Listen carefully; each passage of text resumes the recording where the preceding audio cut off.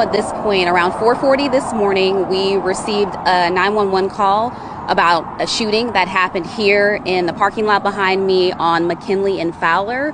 What we have learned, and again, this is all very early in the investigation, is that 2 cars were shot at.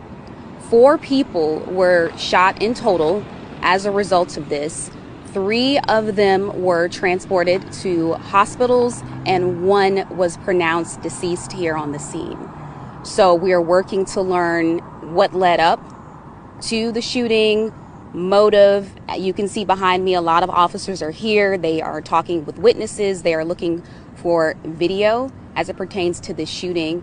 As far as the people that are at local hospitals, we are working to get an update on their condition. It seems like they will survive their injuries, but again, that's very early in the investigation. Those are really the details that I have at this point as we're unfolding and getting updates. I'll take a couple of questions for what I can't say. Julie, were these guests at the hotel, do you know, that were staying here with some kind of beef or rivalry? At this point, it's part of the investigation, but it seems that they might have been coming here to the hotel to get a room. Can you say anything about the guests that were staying in the hotel? Did they have to be evacuated, or were they told to stay in place after the incident this morning?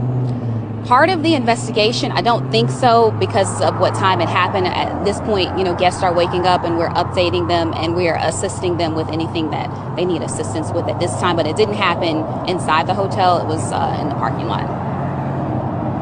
And so, do you know how many suspects there were? How many people had guns? Part of the investigation, we're hoping to be able to figure that part out, as well as get a description of the suspects so that we can get that information out to you. But I can tell you that there are cameras here and our officers are working to view all of the cameras and talk with people, who might have seen anything or heard anything. And I think that's the biggest thing at this point. We always say it, but in cases like this, it really does make the difference. If you saw something, if you heard something, any little detail can help us figure